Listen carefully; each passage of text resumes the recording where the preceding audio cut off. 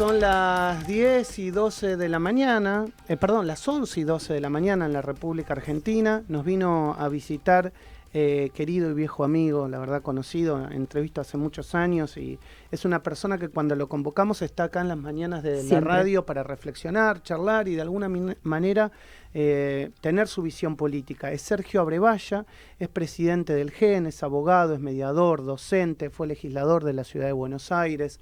Y bueno, tiene una visión de la realidad que todos queremos conocer.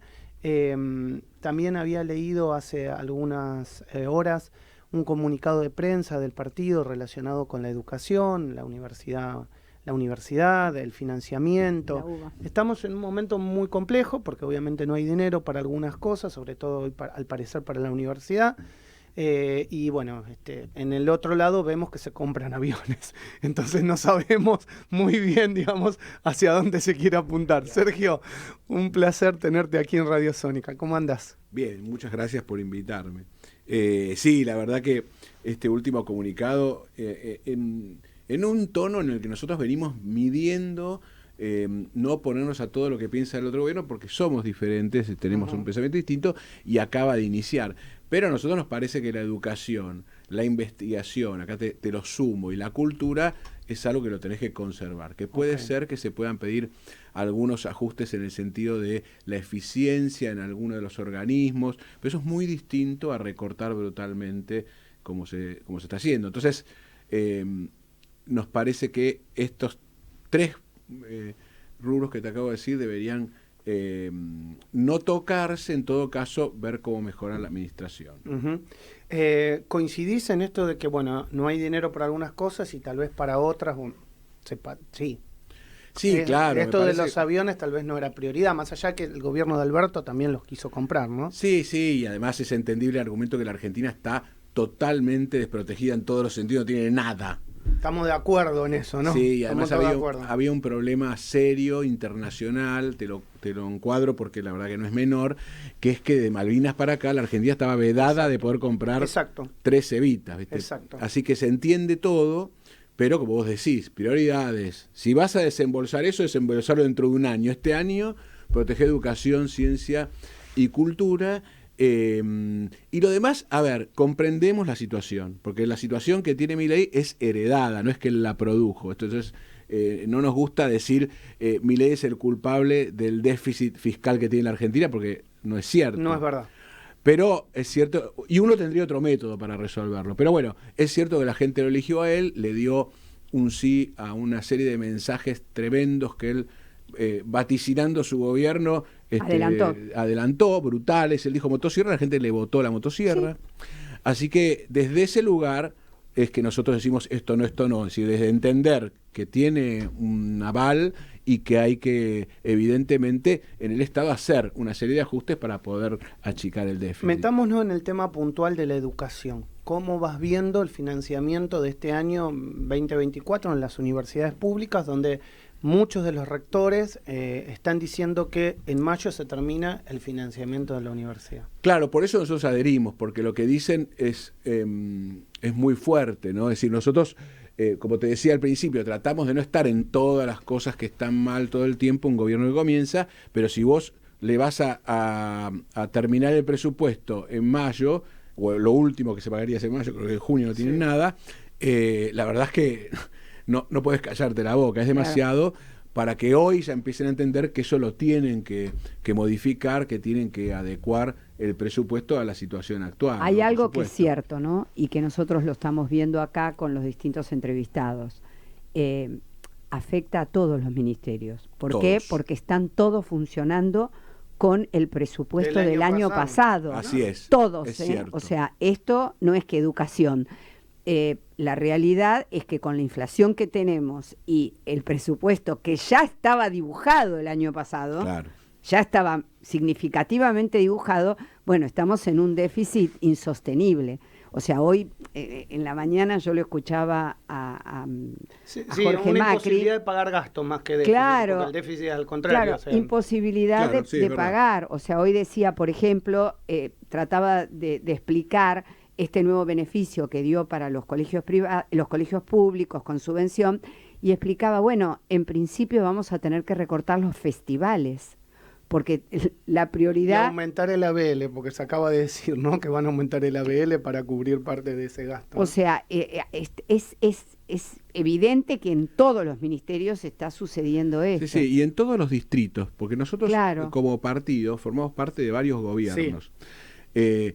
Todos los gobiernos están con esa situación, todos los gobiernos están tratando incluso de echar lo que la gestión anterior había nombrado, esto también, lo que pasa es que uno por ahí está en alerta con Milei, porque Milei por ahí destroza plantas completas, pero en definitiva te quiero decir que la situación es preocupante y generalizada. Nos pasa en Santa Fe, nos pasa en San Luis, en San Juan, en Entre Ríos, que son gobiernos en los que el GEN está.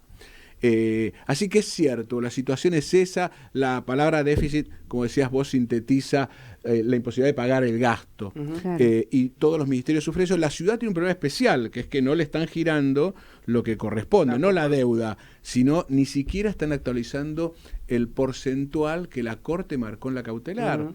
Así que eso atado a que Larreta, cuando cumplió con su promesa de si la Corte le daba la razón, levantaba el impuesto a la tarjeta, y luego lo levantó y no apareció el pago, decidió el gobierno no cumplir, y sigue sin cumplir, así que Jorge Vázquez está con esa situación, no le cumple este gobierno, y además las LELIQs, que también bajó esa recaudación, que era la otra parte que compensaba la falta de la plata por la policía, esa vieja disputa que teníamos con vieja, de estos 4 o 5 años. Y ahora, cuando uno ve este panorama, eso es, digamos, lo económico, lo que ven los distritos, pero también hay otro que es el político, y uno ve un rearmado general en todos lados.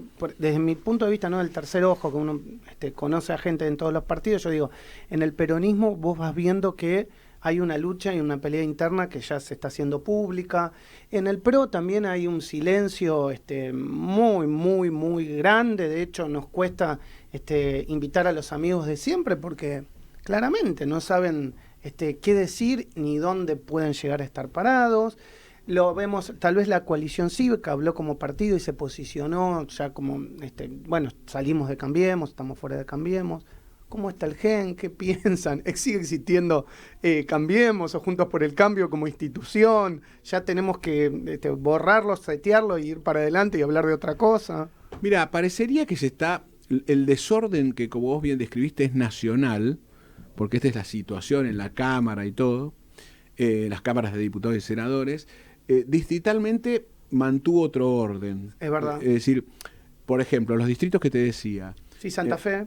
Santa Fe mantiene, en realidad mantiene, se llamaba, el Frente de Frentes es, pero bueno, no recuerdo el nombre. No, ese era anterior. El Frente Progresista era el anterior, y es, ahora no me acuerdo. No importa, quiero pero es un frente donde está el GEN, estuve hace días y no Radical, está el PRO. Están todos, el PRO. Rigor, de verdad son tantos que nosotros también a veces no querés hablar de uno y no te sale No, claro. Entre Ríos lo mismo. ¿Frente Cívico y Social era? No. El nombre que integró a todos es mayor, me parece. No importa. San Juan lo mismo, San Luis lo mismo, todos integrados. La Ciudad de Buenos Aires también, porque en definitiva sigue funcionando una suerte de interbloque ahí. Es decir, lo que dio la primaria continúa. Me parece que el problema es nacional, es exclusivamente en el tema de Milei, en donde las políticas nacionales aparecen. En el caso nuestro, formamos parte de un bloque heterogéneo que, digamos que rescató algunos valores de lo que tenía Juntos por el Cambio, tenía que ver con lo democrático, con lo productivo, para nosotros esa era la agenda principal, producción y trabajo, y diverso, donde está el GEN, con Margarita, está la coalición, está López Murphy, es muy heterogéneo, lo preside Pichetto, y algunos diputados de gobernadores provinciales, de Juntos por el Cambio. Así que ahí estamos, con un ánimo de colaborar con un gobierno que asumió hace poco, pero con límites como los que te decía, donde decimos, bueno, pará, porque nos parece que esto es innecesario. En la ley base, por ejemplo, se desconoce los famosos 300 ítems que ellos bajaron, que decían, bueno, ya bajé 300. Exacto. Bueno, muchos de ellos eran absolutamente innecesarios, no tenían que ver con el déficit estatal, sino una desregulación absurda. Una tenía que ver con el rubro músicos, autores, directores de cine, actores, todo ese rubro tiene una regulación especial que se llama gestión colectiva, la querían desregular, se lo lleva puesto Netflix y Exacto.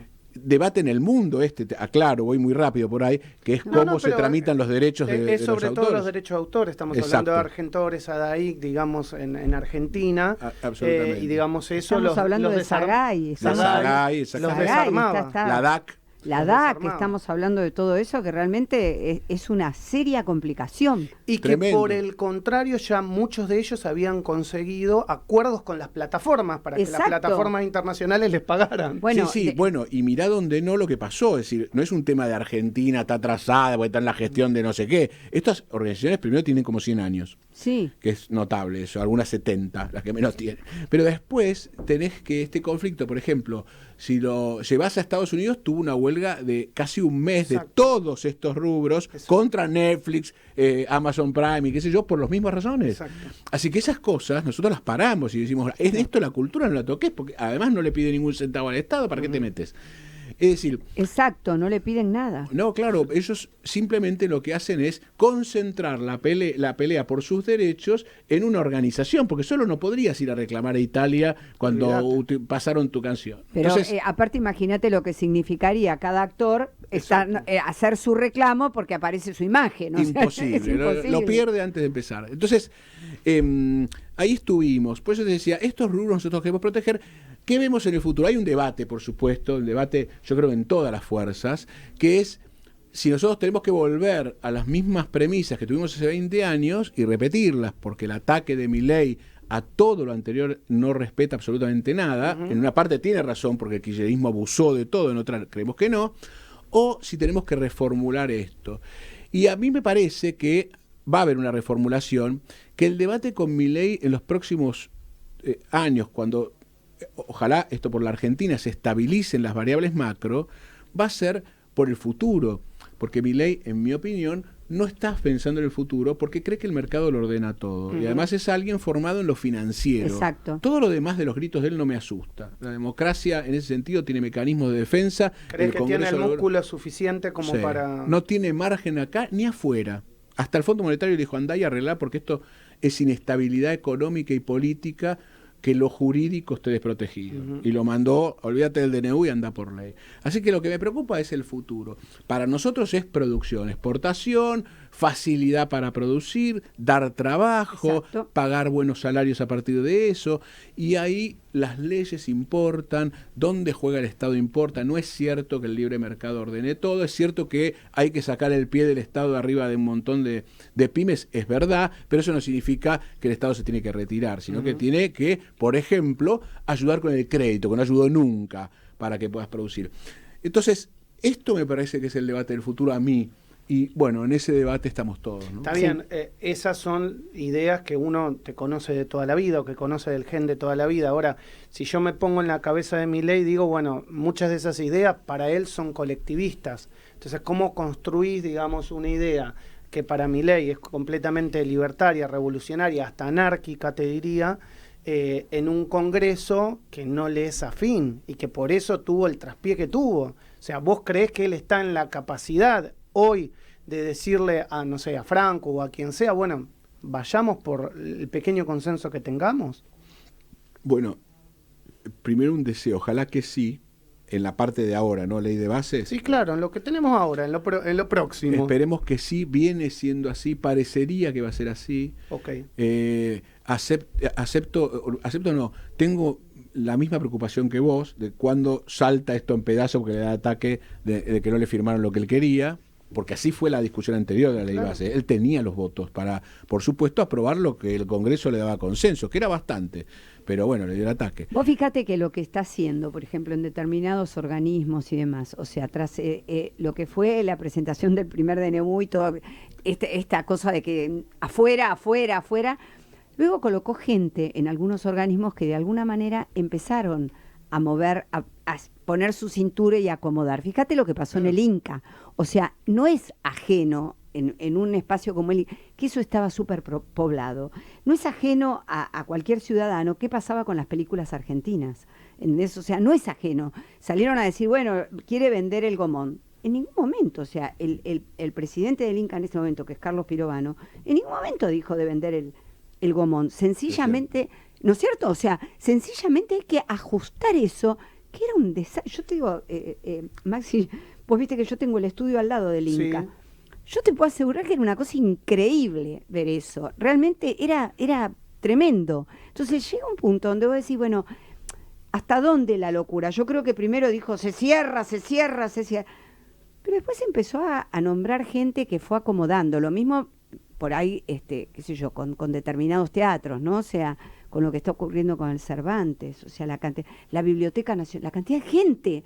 O sea, había que ajustar un poco. Sí, hay un problema muy serio, sobre todo los últimos, yo creo que los últimos 25 años, pero los últimos 4, la planta que aumentó fue de un 35%, sí, con exacto. Contrato basura además. Exacto. Y ni hablar del resto del país. En realidad, esto sí lo venimos diciendo hace años, la tasa de desocupación está dibujada por el empleo público, el pseudoempleo público, porque no es solo lo que está en planta, sino sobre todo los contratos monotributo. Y eso terminó complicando la imagen de los organismos, ¿no? La imagen del Inca, que yo creo que es muy importante tener en el Inca, termina complicada. Lo mismo le pasó al INADI, lo mismo le pasó a TELAM, es decir, la invasión de designaciones, la acumulación pública. A la televisión pública. Y creo que parte del problema fue ese por el cual Milei gana, porque la gente no confió que algún otro iba a hacer el ajuste que había que hacer. Exacto. En todos sus organismos, entonces lo confió a un tipo que dijo yo voy con la motosierra y lo hago. Y en la secuencia pasó esto que vos decís, el tipo se da cuenta que no se puede. No borró todo de un plumazo. No. Que no puede, pero además no puede no porque las fuerzas malas lo paren, sino porque realmente estaría mal borrar todo. Entonces ahí es donde va frenando. Tiene un problema muy serio de designaciones de cuadros en los organismos. De hecho, está quedando mucho del kirchnerismo porque no los reemplaza. Parecería que ahí el acuerdo con Macri no caminó para las segundas y terceras líneas, o caminó poco. Se ve que no confía ni en eso, no confía en los que él traería, siguen los que están por ahora. Por eso también es lo que yo te comentaba en parte de la entrevista. Ves a la gente del PRO como no sabiendo qué hacer, si ir para adelante o quedarse como en el lugar, quietos, ¿no? Ya tenés una parte además que había suscripto más la idea de producción y desarrollo, que no está para nada con las miradas financieras de Milei, y encima pasa esto, los que se acercaron no todos obtuvieron el beneficio, y además con la interna Bullrich-Macri, ¿no? Que es una cosa insólita. Exacto. Pero volviendo al tema de los organismos, yo creo que además del tema del Congreso y del tener que frenar por lo irracional del planteo, de lo pendular del planteo de la Argentina, tiene que salir de esa cosa pendular, barro todo, compro todo, no existe eso. Además afuera, yo creo que fue el fondo y el marco internacional que dijeron no podés. Por ahí porque nosotros no vamos a ir a invertir a un lugar que está a los tiros todos los días. Este es el tema de fondo, y se lo dijo públicamente. Claro, el fondo le dijo, te necesitas consenso político en el Congreso. Eso y sí, porque nadie va a invertir por un DNU que en 3 días o en 1 año o en 2 años se cae. Se cae, claro. No es un país estable que ofrezca condiciones jurídicas. Además normales. Con leyes, digamos, tan fundamentales, ¿no es cierto? Tan troncales. O sea, no podés decir, bueno, que el DNU nada, porque a ver, todo lo que pasó con el capítulo 4 de la ley digamos, de la reforma laboral, yo creo que hace falta una ley, porque tenemos una legislación del 74. Necesitamos una ley. ¿Sabes qué? Lo más curioso que esa reforma por ley pasaba, de hecho está pasando. Está pasando. Estábamos todos de acuerdo que algo había que hacer, que las pymes sobre todo, ahí exacto. Por ahí la diferencia si es para pymes solo o es para todos, yo creo que tendría que ser para pymes, pero no importa, pasa la ley y se aprueba y es mucho mejor. Mira, yo me acuerdo, hará 1 año o 2 visitando un astillero, de los 11 o 12 que hay en la Argentina, uno de los dueños me decía, dame la peor ley dame la peor ley, pero asegúrame que dura 10 años y yo me desarrollo tranquilo. Claro, porque tiene previsibilidad.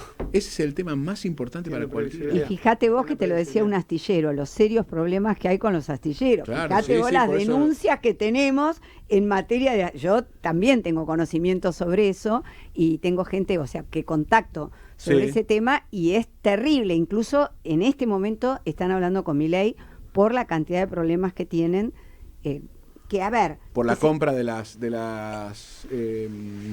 cañoneras, le digo yo, no son cañoneras, no son, patrullaje. Exacto, que se ven imposibilitados, porque acá se podrían fabricar y se ven imposibilitados, y sería mano de obra. Claro. Sí, igual pues es que el tema, porque hay una discusión sobre si esa especialmente la podían hacer o no, el tema que ellos plantean, lo traes bien, porque es de fondo, es... Hay que darle una mano al sector porque además la Argentina tiene una costa muy grande. No solo la tiene que vigilar y poder llegar a producirlo, sino que además tiene que poder volver a fabricar con el Estado atrás. Hay un tema que los complica mucho, más allá del dólar para exportar o no, que es la importación de barcos usados de menor porte. Claro. Exacto. Que esto lo vienen pidiendo hace años. Si vos, miren lo que les cuento, vos no podés importar autos usados en cantidad... Salvo que sea un auto de colección, lo justificás, qué sé yo. No se puede, sino. Barcos sí. Entonces, ¿qué dicen los astilleros? Yo no puedo producir un buque tanque, traelo usado si querés, pero no me traigas un barco que yo pueda producir que usado. Puedo producir acá, claro. Porque me recontra competís con un usado. Entonces, ahí hay un montón de normativas que debieron ajustarse hace años, que se pueden ajustar y que no se ajustaron. Y fíjate vos que los astilleros más grandes, este tema se lo plantearon a Macri. A Macri, ese colgado. Exactamente. Y ahora, vos fíjate, ¿no? Frente a la motosierra y todo, se lo plantearon a Milei y paró la compra de buques. Sí, la paró. La paró como consecuencia de del planteo. O sea, es evidente. O sea que además en este tema hubo un avance insólito, porque Macri empuja la ley, le veta 2 artículos, este tema quedó afuera, asume Fernández, la continúa, no sacó este tema que acabo de plantear, la continúa, no frenó la ley. Si Milei, y hablando con los equipos que venían de Macri, ellos decían, tienen razón los astilleros, si llegamos al gobierno junto por el cambio, lo vamos a aprobar, lo de frenar la importación de usados. Si ahora lo hace Milei, sería una política que con la continuidad, ir corrigiendo las cosas, mejoras el cuadro, ¿no? Bueno, Sergio, como siempre, te queremos agradecer por haber venido a la radio, nos ayudás a pensar, a reflexionar, y la verdad que es una voz, muchas veces escuchamos gente muy beligerante de un lado y del otro, y me parece que es un momento también para bajar, para reflexionar, para poder escuchar, para poder entender, digamos, que hay un cambio, que la gente votó un cambio. Hoy abría la editorial diciendo que esto, ¿no? 5 puntos arriba de lo que había bajado el presidente Milei. Entonces, la sociedad algo está marcando, o sea, te dicen 76%, te dice, estoy peor de lo que estaba cuando ganó Milei, pero sube 5 puntos en la imagen positiva del presidente. Entonces, es como algo que en el medio está pasando y por ahí la política no se está dando cuenta. Claro, para cerrar te diría eso. El problema es que a nosotros nos cuesta aceptar que la gente tiene muy claro que el culpable de esto en este tiempo no es Milei, es anterior. Claro. Milei va a ser, para mí, por eso estamos en la oposición, culpable de un montón de cosas, pero eso todavía no termina de llegar. U otras que puede ser ahora, nosotros nos paramos, ahí sí, nos paramos y decimos, pará, como lo de universidad, pará. Pero lo demás, la gente, hace 10 años que en las encuestas aparece entre un 20 y creciendo hasta un 30% de personas que quieren, que digamos, están enojadas con la política y con lo que la política no resolvió. Me pone mal eso, pero me doy cuenta que tengo que registrarlo y en todo caso hay que resolver una serie de problemas, sobre todo los que no ganamos ni gobernamos para poder llegar a gobernar bien. Totalmente. Sergio Abrevaya, presidente del GEN, abogado, mediador, docente, legislador de la Ciudad de Buenos Aires, mandato cumplido, pasó por la mañana de Radio Sónica. Muchas gracias.